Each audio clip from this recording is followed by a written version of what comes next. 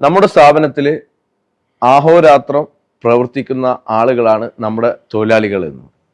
നമ്മുടെ തൊഴിലാളികൾക്ക് എന്തെങ്കിലും അപകടം സംഭവിച്ചാൽ നമ്മൾ എന്ത് ചെയ്യും? അതാണ് എൻ്റെ ചോദ്യം. ഇന്ന് 3 ദിവസമായിട്ട് എനിക്ക് വന്നത് 3 കോളുകളാണ്.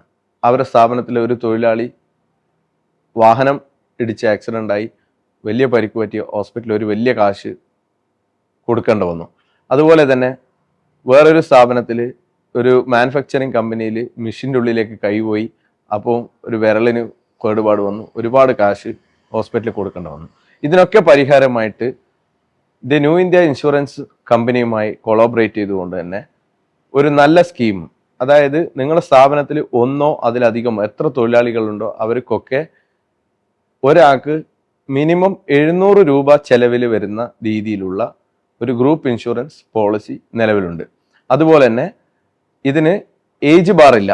70 വയസ്സായാലും 80 വയസ്സ് കഴിഞ്ഞ് കഴിഞ്ഞാലും ഇന്ന് പോളിസി കംപ്ലീറ്റ് ചെയ്ത് കഴിഞ്ഞാൽ നാളെ തന്നെ നമുക്ക് ഇൻഷുറൻസ് തുക മുഴുവനായിട്ട് കൊടുക്കാൻ പറ്റുന്ന ഒരു സ്കീമാണ്.